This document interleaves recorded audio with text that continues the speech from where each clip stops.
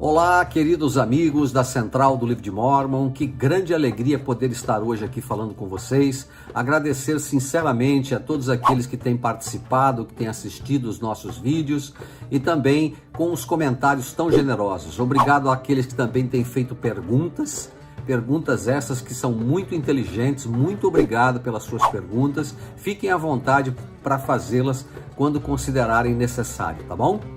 Hoje nós vamos ter a grande oportunidade, o grande privilégio de estudar os livros de Isaías, os capítulos de Isaías de número 5, 7 e também o capítulo 8. E eu gostaria de ter a atenção de vocês para os temas tão importantes que nós vamos estudar, tá bom? Nosso estudo de hoje encontra paralelo no livro de 2 Nefe, capítulos 15, 17 e 18. Vocês podem estudar tanto por um quanto por outro e perceber pequenas diferenças que são fundamentais e que podem ajudar melhor na compreensão do texto para alguns de nós. Bem, o primeiro capítulo que nós queremos estudar hoje é o capítulo de número 5. Esse capítulo, na verdade, ele trata de uma poesia, de um canto maravilhoso que Isaías relata a respeito da vinha do Senhor. A canção da vinha é a respeito de um mestre muito cuidadoso, que mostra uma preocupação enorme com a vinha dele. Ele estava falando da casa de Israel. Junto com os nossos ancestrais, que nós inclusive já aprendemos que são os nossos ancestrais israelitas, nós somos destinatários de uma preocupação e de um amor enorme de nosso mestre para conosco. Se nos tornarmos como uvas gordas, suculentas e doces, é porque o mestre nos plantou em uma colina fértil, uma colina que foi capaz de prover a nós as nossas necessidades. Ele removeu pedras, removeu ervas daninhas e nos preparou para a colheita. Nós somos, na realidade, os frutos dessa vinha. Porém, muitas vezes o fruto dessa vinha não é aquele fruto tão desejável, né? É interessante que nesse capítulo número 5, os versículos finais, eles descrevem o trabalho missionário e também o trabalho missionário dos nossos dias e da reunião das nações ao redor do estandarte do Evangelho. Todos os membros da igreja que fazem a sua parte no grande esforço missionário desta dispensação estão ajudando no cumprimento da profecia que nós encontramos aqui no capítulo de número 5 de Isaías. Toda vez que você envia um filho seu para o campo missionário, toda vez que você faz um contato com alguém e o convida a ir à igreja, toda vez que você participa do processo de conversão de alguém, você está ajudando no cumprimento dessa profecia. Um erudito religioso chamado Alec Motyer, ele disse algo interessante a respeito do capítulo 5. Ele disse assim: naturalmente, esse capítulo 5 ele se divide em duas seções. Primeiro é o canto da vinha, que vai dos versículos 1 até o versículo 7. E a colheita amarga que foi produzida, que vai do versículo 8 até o versículo 30. Esse cântico, essa parábola, na realidade, é a primeira vez que ela aparece dentro do livro de Isaías, dentro do Velho Testamento. E ela encontra paralelo também dentro do livro de Jacó, no capítulo 5. Quando a gente estuda a alegoria de Zenos, ali o Senhor fala também da sua oliveira brava, da sua boa oliveira que ele plantou e que acabou também produzindo frutos bons e ao mesmo tempo frutos amargos, né? Ali nós aprendemos sobre o enxerto dos gentios que são feitos e que são representados pela oliveira brava na casa de Israel. E vamos aprendendo à medida em que o Senhor vai plantando os ramos dessa oliveira ao redor do mundo e num processo que nós podemos chamar de dispersão de Israel, ele vai plantando esses ramos das mais diversas partes da terra e ele faz diversas visitas a esses ramos e vai percebendo quando deram frutos bons e frutos maus. No momento ele só encontra frutos maus, que representa a grande apostasia que a terra viveu, e assim por diante. Aqui não é diferente, né? Nós também vamos ver aqui agora que o Senhor planta essa sua vinha e ele colhe frutos ruins, na verdade, no final das contas, né? Então, a gente precisa prestar muita atenção ao estudar esse capítulo, porque ele tem a ver conosco. Ele está falando de nós, os filhos dele que foram colocados nessa terra. Pois bem, o cântico contém duas partes, né? A parábola, que vai do 1 ao 6, e a sua interpretação, que está no versículo 7, e também um poema de amor, que apresenta o noivo, que na realidade é o Senhor, e a sua noiva, que é a casa de Israel. O Senhor que plantou a noiva em uma colina fértil, proveu para ela, ele esperava que ela produzisse boa semente ou fruto, mas em vez disso, ela deu frutos ruins, e assim o noivo a deixou desperdiçar, colhendo as consequências naturais de sua semeadura. O cântico também mostra o grande amor e atenção que o Senhor demonstrou à casa de Israel ao longo dos tempos, inclusive em nossa própria dispensação. Então a gente vai perceber no texto, eu vou ler algumas partes do texto, que Deus tem um cuidado enorme com a sua boa oliveira ou a sua vinha, e Ele cuida dela com muito carinho. Ele coloca proteção, Ele coloca um atalaia representando os profetas de Deus, que cuidam, que nos ensinam, que nos treinam, que nos alertam de todas as coisas que estão ocorrendo ao nosso redor. Mas parece que o povo de Israel ou demonstra pouco interesse nessas coisas que Deus lhes dá como proteção, ou ele não tem muita atenção, né? Ele não valoriza o suficiente as coisas que ele recebe de nosso Pai Celestial. Tanto é que aqui, em um dos versículos, né, no versículo 4, por exemplo, ele diz assim: o que mais poderia ter sido feito à minha vinha que eu não tenha feito nela? Portanto, quando eu esperava que desse uvas, ela produziu uvas azedas, né? Ou seja, ele esperava algo tão bom do seu povo, mas o seu povo não foi capaz de lhe dar isso. Então, ele vai discorrer a respeito do assunto, e ali, a partir do versículo 5, ele então fala de uma queima, né? Essa queima que ele se refere no versículo 5 nada mais é do que uma eventual queima dos ímpios dentro de Israel na segunda vinda. Ele fala que ele tirou uma cerca uma parede, né? Ele fala que ela seria derrubada, destruída. A parede, a cerca e a torre de vigia são três elementos que são projetados para proteger uma vinha, para dar proteção àqueles que estão ali dentro. Significam a proteção de Deus para a casa de Israel. No entanto, Deus os removeu para que feras e exércitos invasores pisoteassem a vinha. Então nós vamos ver mais à frente o que aconteceu quando nações inimigas de Israel, elas invadem, né, Judá e a destroem e pisoteiam nela.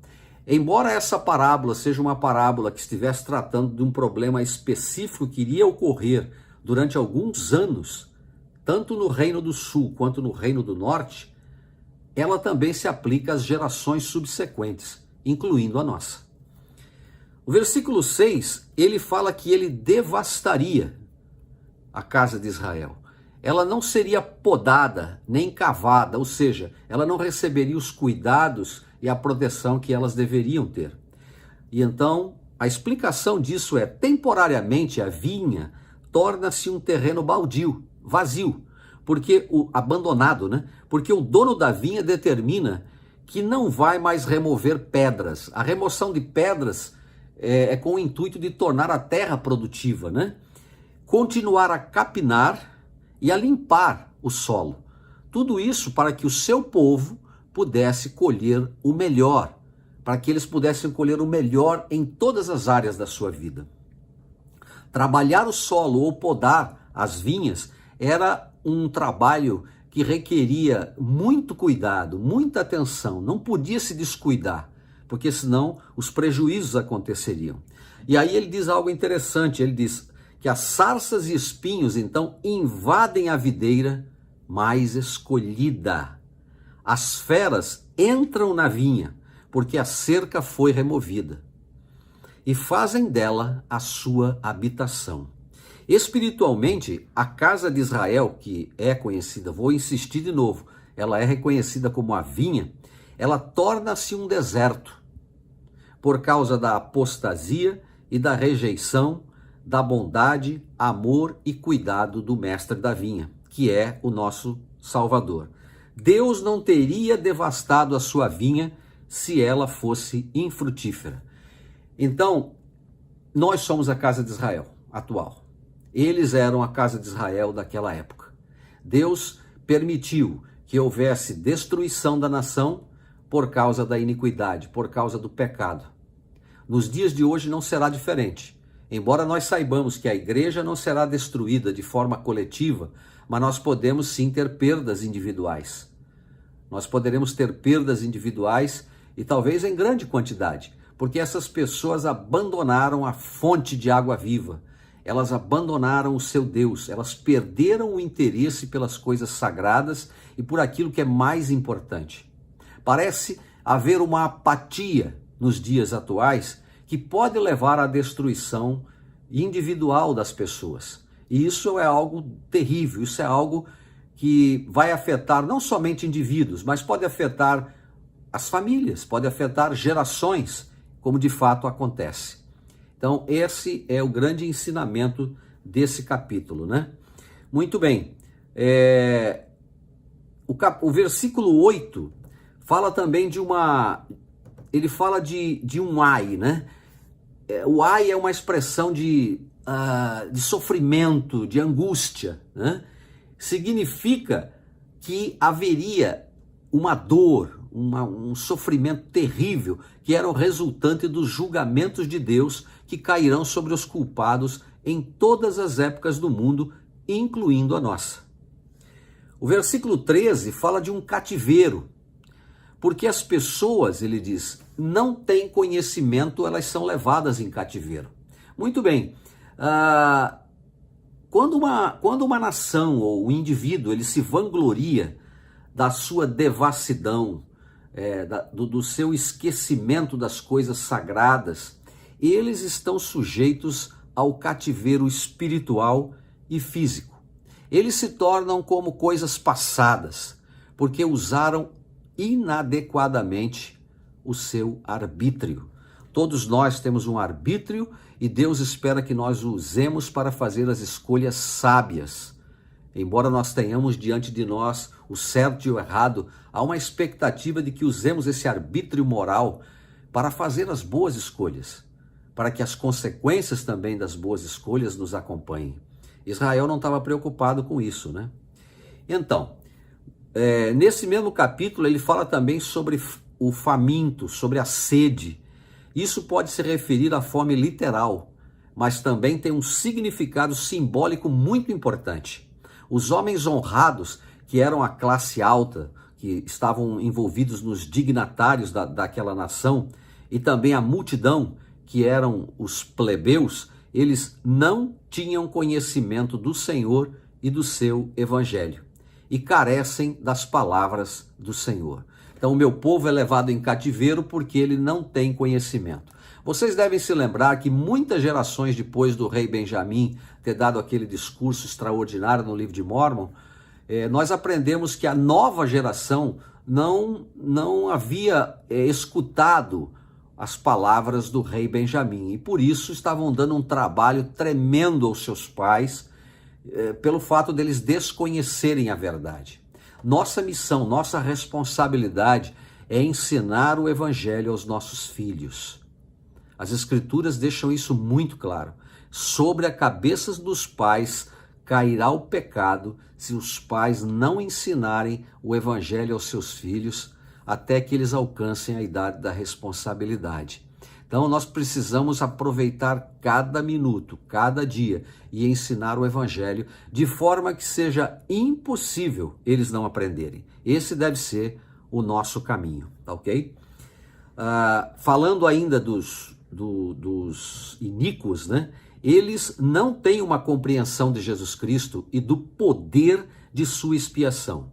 Eles não participam do pão da vida, mesmo do Salvador, e também das suas águas, a água da vida, que se referem, sem dúvida nenhuma, ao poder, à capacidade de nutrir espiritualmente, que procedem de Jesus Cristo, de seu sacrifício expiatório e de todos os seus ensinamentos. Ele também fala de bebida forte que as pessoas bebiam naquela ocasião. Bebida forte é qualquer bebida alcoólica, né? Eles experimentam, apesar disso, fome e sede das coisas espirituais. Em contrapartida, os justos, eles têm o privilégio de banquetear-se com as palavras de Cristo, bem como com seu amor, e de renovar os seus convênios semanalmente através do sacramento. Então, essa é a situação desse capítulo de número 5, tá ok? Mas ele não termina aí. Ele continua a citar vários símbolos dentro do capítulo 5. Ele fala, por exemplo, no versículo 18, dos indivíduos que puxam a iniquidade com cordas de vaidade e o pecado como uma corda de carro. A imagem nesse versículo é de um animal de carga, como um jumento ou um boi, que representariam, nesse caso, uma pessoa má, puxando uma carroça de mercadorias, representando os pecados. Os ímpios estão sobrecarregados de pecados, que devem arrastar atrás de si, assim como um animal de carga transporta sua carga de um lugar para outro. O versículo também parece sugerir que a vaidade, irmãos, é um componente chave do qual os nossos cordões são feitos. Nós cometemos um pecado e depois o arrastamos atrás de nós por causa de vaidade e orgulho. É aquele indivíduo que não quer se arrepender de forma nenhuma. Ele continua se achando dono da verdade, ele acha que não tem que prestar contas a ninguém, né? E até às vezes se vangloria disso, mas todos nós sabemos que, como membros da igreja, tomamos sobre nós o nome de Cristo, assumimos a sua identidade, e de nós é esperado que prestemos contas sim a Ele da nossa vida. Ele merece isso aí. E nós precisamos nos arrepender caso estejamos errados. Muitas vezes também isso significava um prazer nas procissões que existiam naquela época, onde se colocava um ídolo falso, um ídolo qualquer, fazia parte da idolatria, e as pessoas tinham que puxar com uma corda esse carro carregando esse ídolo, o que mostra mais uma evidência da iniquidade existente naquela época, né? O versículo 20 também fala que eles chamavam ao bem mal e ao mal chamavam bem. Os caminhos das pessoas perversas são frequentemente confundidos com os valores morais. Ou seja, eles não conseguem identificar quando uma coisa é boa ou quando ela não é. E muitas vezes, convencidos pelas filosofias dos homens, eles acabam chamando determinadas coisas de preconceito, chamando outras coisas como se estivéssemos inventando normas, inventando procedimentos que na realidade são a vontade de Deus. Aqueles que acreditam e que pensam, né, que sabem mais do que Deus ou seus profetas, são enganados e procuram justificar-se em sua desobediência. Quantas vezes nós não vimos pessoas, ou conhecemos pessoas que fazem assim, sempre querem achar uma razão para desobedecer os mandamentos de Deus. O pecado pode ser aceito no mundo, é verdade, e o mal pode até se tornar um modo de vida aceitável. Mas Moroni, o grande profeta, adverte, lá em Moroni 7,14, portanto, acautelai-vos, meus amados irmãos, para que não julgueis aquilo que é mal ser de Deus, e o contrário também. Então devemos pensar nisso aí, tá ok? Muito bem. E agora vem uma parte que Isaías se projeta lá no futuro, né? Ele fala de um dia em que um estandarte seria estabelecido para todas as nações. Esta seção do capítulo 5, ela na verdade, ela apresenta duas atividades divinas que atrairão os membros da casa de Israel para os seus locais de reunião ou suas terras prometidas. Bom, antes de dar continuidade, eu quero explicar uma coisa muito importante. Nós sabemos que em diversos momentos da história, você imagina que de Adão até Cristo foram 4.000 anos, nós sabemos que durante esse período houve muitos momentos em que os membros da casa de Israel foram espalhados entre as nações da terra. Por isso que eu citei a parábola de Zenos também, que ela ainda, além de falar da oliveira boa e da oliveira braba, ela fala dessa dispersão que foi quando os ramos foram colocados nas diversas partes da terra. Por exemplo, a época dos Jareditas foi uma delas, né? A época em que os israelitas são levados de nação para nação é um outro momento. Nós estamos estudando uma época em que os assírios levam o povo de Israel em cativeiro e eles são espalhados entre as nações. Mais tarde vamos ver o período em que os babilônios invadem Judá e também levam o seu povo em cativeiro. Mais tarde, no ano 70 depois de Cristo, sobre o governo e o comando de Tito, né, o grande comandante das forças romanas, Israel é invadida. Para vocês terem uma ideia, Flávio Joséfos relata que mais de 1 milhão de pessoas foram mortas, né? E muitos levados em cativeiro. E outros mais foram espalhados por todas as nações da terra. Não é por acaso que Paulo, num determinado momento, foi chamado como o grande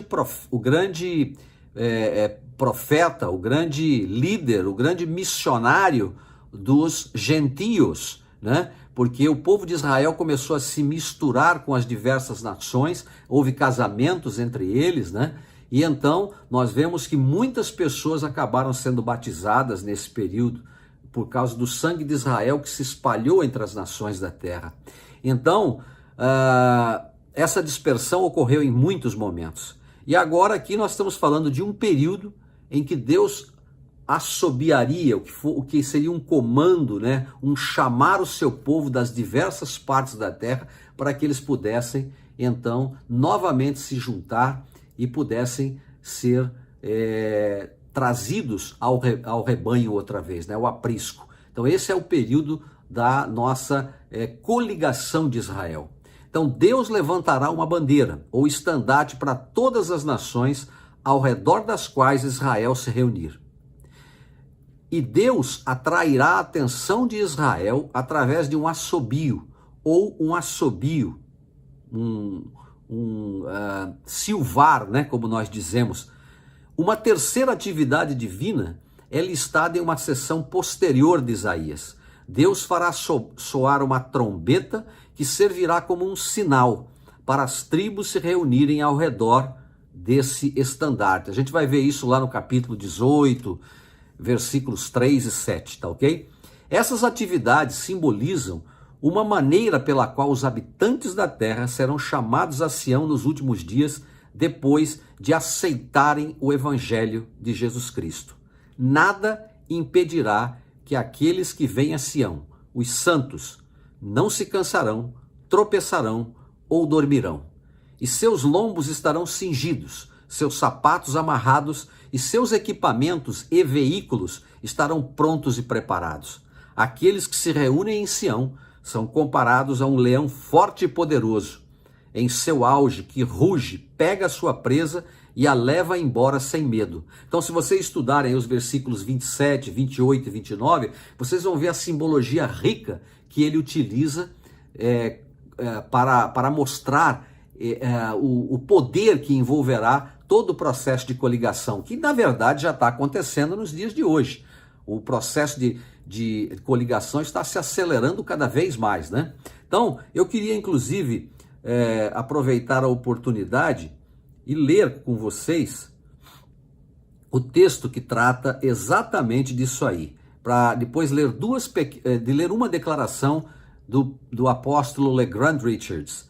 Olhe bem, ele diz assim no versículo 26, porque levantará o estandarte entre as nações de longe, e lhes assobiará para que venham desde a extremidade da terra. E eis que virão apressada e ligeiramente, mostrando a urgência do trabalho de coligação. Não é por acaso que nosso amado profeta e os demais membros do Quórum dos 12 Apóstolos têm falado tanto em chamar mais jovens para a missão, em aumentar o número de jovens prontos, preparados, treinados para irem para o campo missionário, né? E que nós também assumamos essa responsabilidade. Aí ele diz, não haverá entre eles cansado, isso é o versículo 27, nem tropeçante, ninguém tosquenejará nem dormirá, nem se lhe desatará o cinto dos seus lombos, nem se lhe quebrará a correia dos seus sapatos, ou seja, os sapatos não serão desamarrados. As suas flechas serão agudas, e todos os seus arcos retesados. Os cascos de seus cavalos serão tidos como pederneira, e as rodas dos seus carros como redemoinho de vento. O seu bramido será como do leão.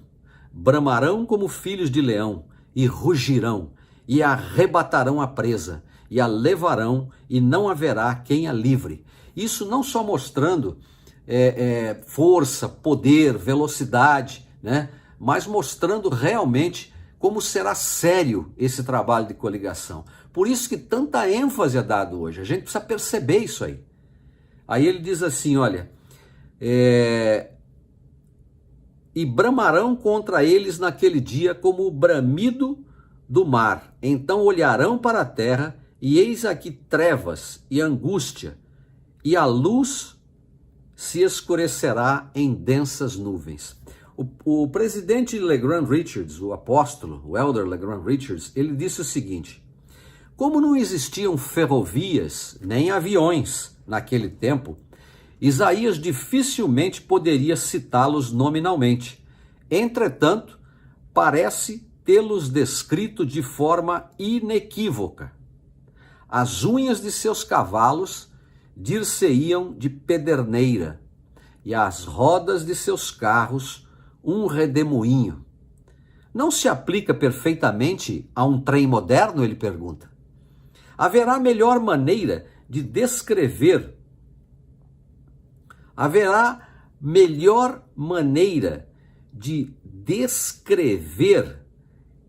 o ronco do avião do que compará-lo com o rugido do leão? Trens e aviões não param durante a noite.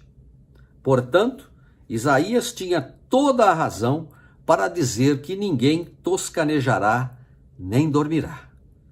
Não se lhe desatará o cinto dos seus lombos, nem se lhe quebrará a correia dos seus sapatos. Com esse tipo de transporte, o Senhor pode realmente lhes assobiar, diz ele, desde a extremidade da terra, para que venham apressadamente. Então, me chama muita atenção essa simbologia tão rica, tão cheia de poder, tão cheia de urgência, de pressa, para que a obra do Senhor possa avançar através da pregação do Evangelho. Você que é um rapaz e que está na época de fazer uma missão em tempo integral e que está se debatendo com a ideia de ir ou não ir, aqui o Senhor está dizendo como é que tem que ser feito. Ele precisa de você lá. Ele conta com a sua presença. As moças também que têm desejo de fazer, não percam tempo, vão embora. Embora seja esse um dever do sacerdócio, as mulheres que têm desejo de fazer uma missão em tempo integral devem aproveitar e irem para o campo. E ali então vão descobrir maravilhas e ser parte da construção do reino de Deus na terra. Que o Senhor possa abençoar cada um de vocês ao ponderarem, ao meditarem sobre isso, tá bom? Pois bem, eu queria agora que a gente fosse para o capítulo número 7. E aqui vale a pena a gente fazer uma pequena explicação também antes de começar a tratar desse capítulo. O capítulo 7, ele trata sobre um fato que estava ocorrendo com a nação de Israel no norte, assim como com Judá. E também envolvia a Síria, não a Assíria, mas Síria, o país cuja capital é Damasco, que fica ao norte de Jerusalém, tá certo? E também um outro país chamado Assíria. A Assíria, ela fica no nordeste da Palestina, com a capital em Assur. A Assíria era o grande império, era o grande poder dominante. E naquela época, tanto a Assíria quanto Síria e o Reino do Norte queriam expandir os seus limites do seu império. Eles queriam, na verdade, dominar o mundo.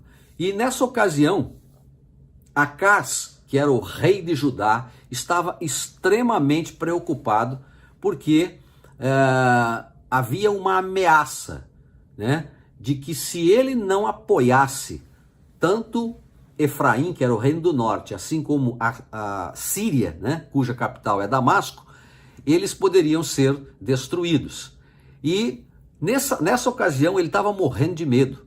E então o Senhor envia Isaías, junto com o seu filho Sear-Jazube, até Acaz para levar paz, para levar confiança e segurança a ele, para que ele pudesse extirpar o medo que tomava conta do seu coração naquela ocasião.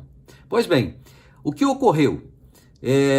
Isaías foi até lá, levou o seu filho Sear-Jazube e tentou de tudo para fazer com que Acaz pudesse perder o medo tanto da Síria, né, assim como também do reino de Israel. E vejam bem o que o texto fala a respeito disso.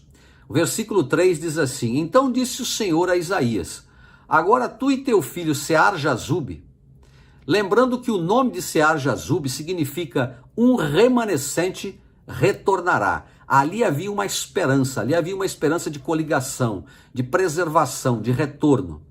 Sai ao encontro de Acaz, ao final do canal do tanque superior, ao caminho do campo do lavandeiro. E Acaz estava então num local onde tinha muita água. Ele queria saber se havia um estoque suficiente caso o cerco ao reino do sul acontecesse de fato.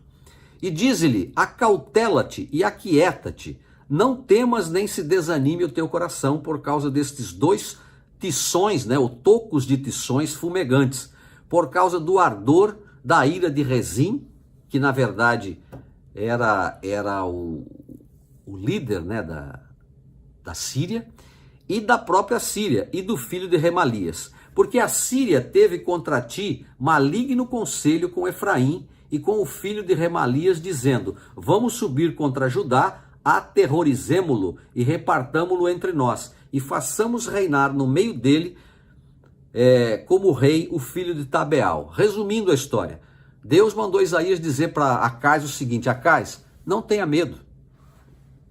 Esses dois tições fumegantes são dois toquinhos, né, que estavam já se apagando. Eles seriam eliminados em breve. A Síria acabou com eles, né? Nós vamos falar sobre isso daqui a pouco. Então não temas, não tenha medo. Você fique tranquilo. Se você confiar em mim, eu vou te livrar deles. E o resultado foi que Acaz não deu ouvidos a Isaías. E por não dar ouvidos a Isaías, ele foi destruído. Nós sabemos pela história que Acaz era um rei extremamente tirano. Para vocês terem uma ideia, ele praticava a idolatria, ele queimava os seus filhos, né, a deuses estranhos, ele estimulava o povo de Israel, o povo de Judá, a cometer crimes e barbaridades de toda sorte. Ele foi o rei, provavelmente o rei mais iníquo até esse momento dentro do reino de Judá, tá ok? Muito bem. Mais abaixo, ele dá como parte da profecia para acalmar o coração de Acaz, mas Acaz não ouviu, como nós já falamos, né? Ele fala de uma profecia. Isaías faz esse jogo, né, com o tempo, esse malabarismo com a história, para nos ensinar coisas maravilhosas. Por exemplo, ele diz assim, olha, o versículo 14, portanto, o mesmo Senhor vos dará um sinal. Eis o mesmo Senhor que mandou ele lá falar com Acás. Eis que a virgem conceberá e dará à luz um filho, e chamará o seu nome Emanuel. Olha que coisa interessante. Ele está falando de uma profecia que ocorreria 700 anos mais tarde. Nós estamos aqui em 735 anos antes de Cristo. Essa é a data que nós estamos agora.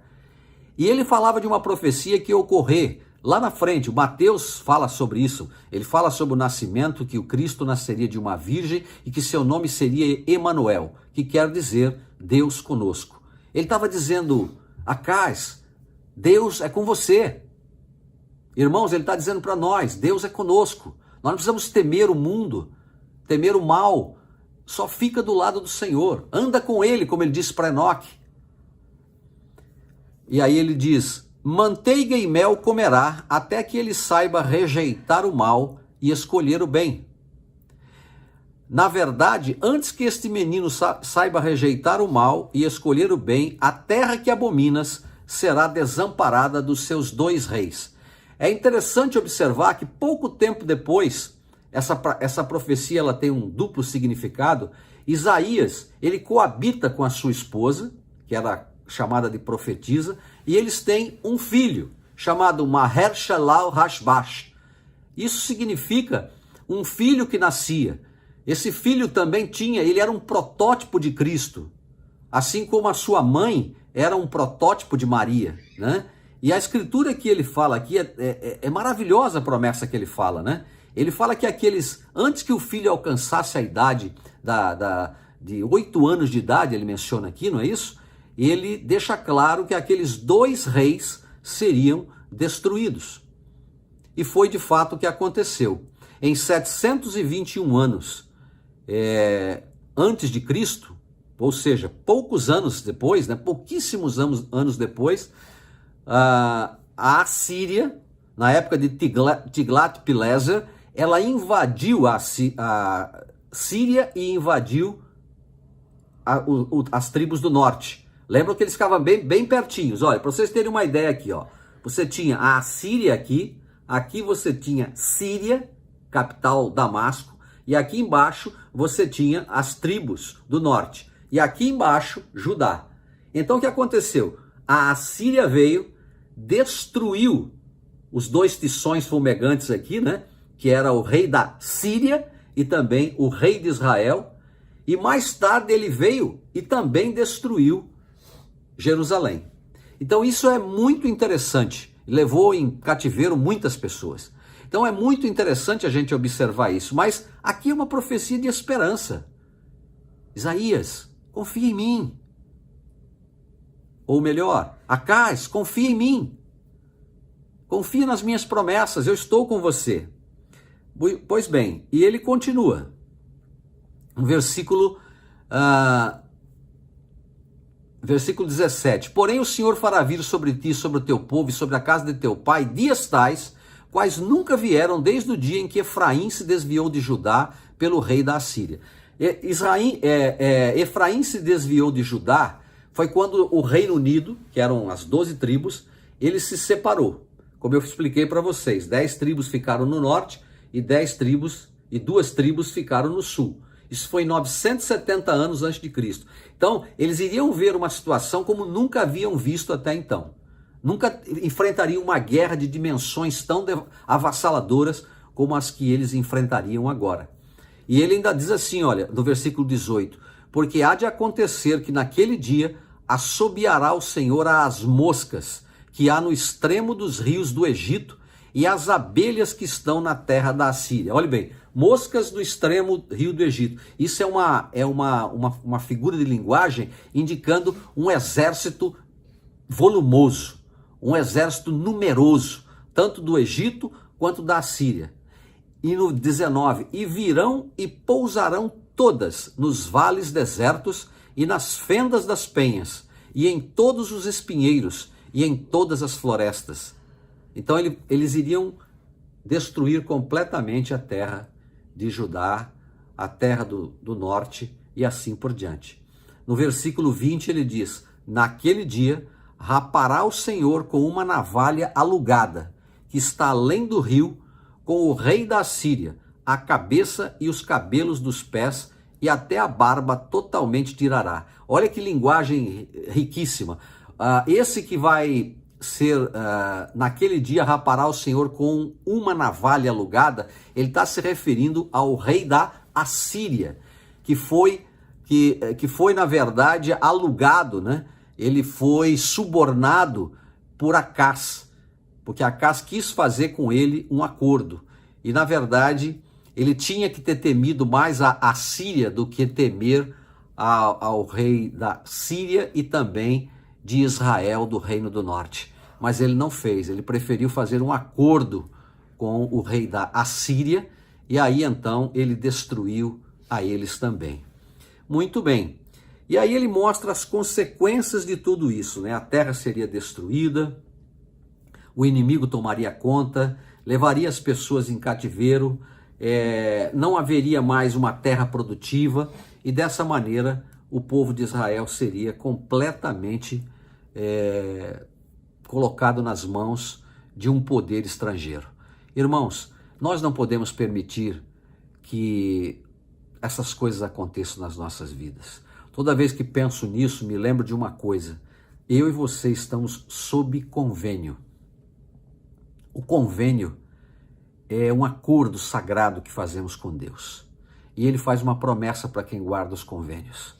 Doutrina e Convênios, na seção 35, versículo 24, ele diz: guardai todos os mandamentos e convênios com que estáis comprometidos, e eu farei com que os céus estremeçam para o vosso bem.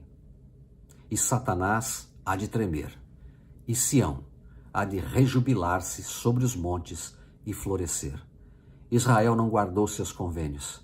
Israel desprezou os conselhos de Deus, desprezou os pobres, desprezou os famintos, tomou as terras daqueles que tinham herança em Israel.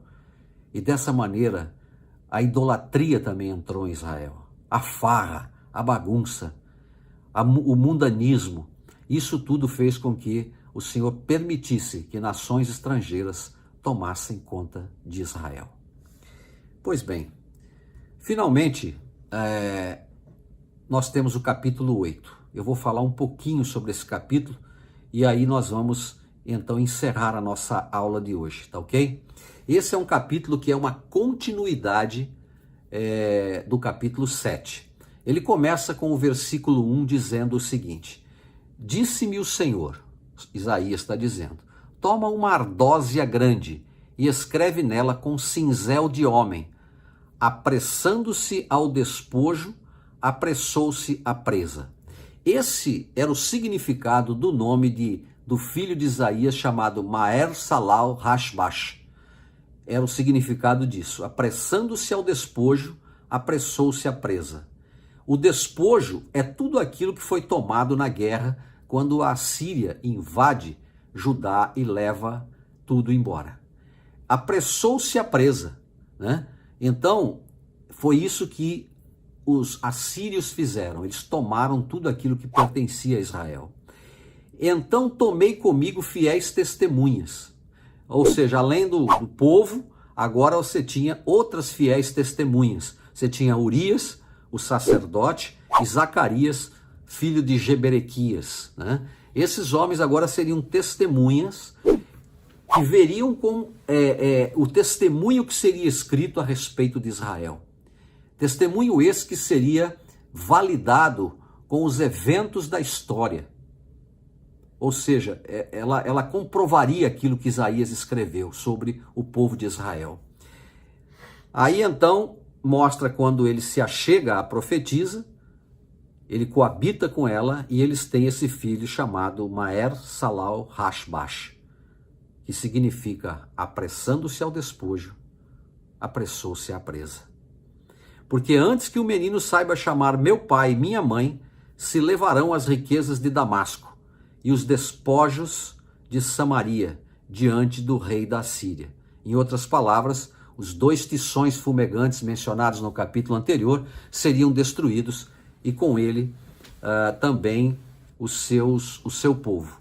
E continuou o Senhor a falar ainda comigo, dizendo: porquanto este povo desprezou as águas de Siloé. As águas de Siloé aqui significa a fonte de água pura existente em Judá, existente em Jerusalém.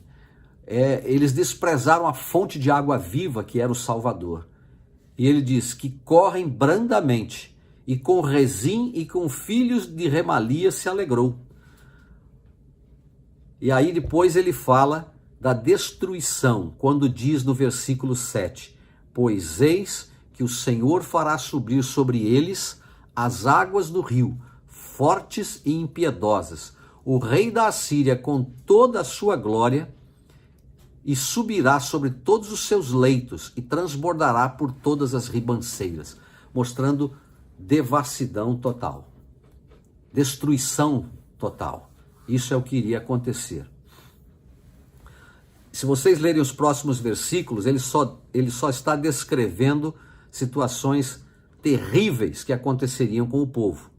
Por exemplo, o versículo 9, juntai-vos em companhia, ó povos, e sede feitos em pedaços, e dais ouvidos todos os que sois de longínquas terras, cingi-vos e sede feitos em pedaços, cingi-vos e sede feitos em pedaços. Ou seja, não importa o que vocês fizerem, com quantos vocês se juntarem, vocês serão destruídos.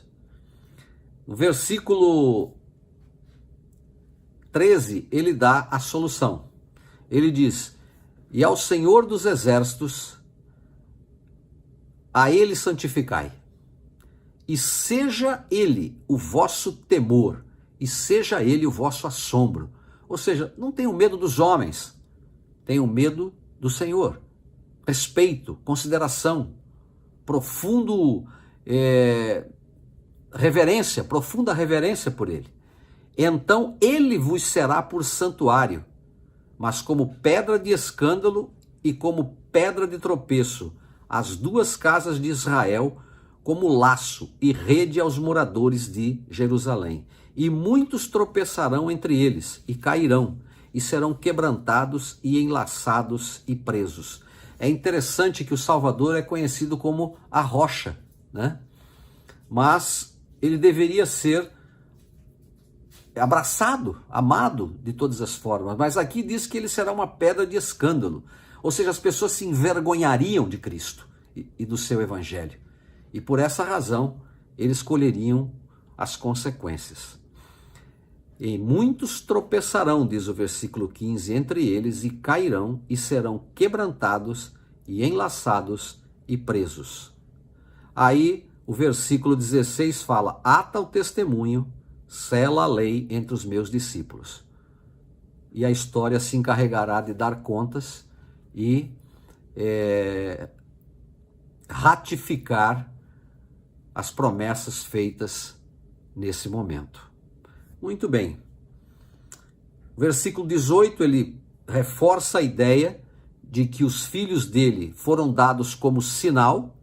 O primeiro, que era o Sear Jazub, que era um sinal de que um remanescente retornaria, ou seja, a casa de Israel não seria totalmente destruída para sempre, mas que um remanescente retornaria.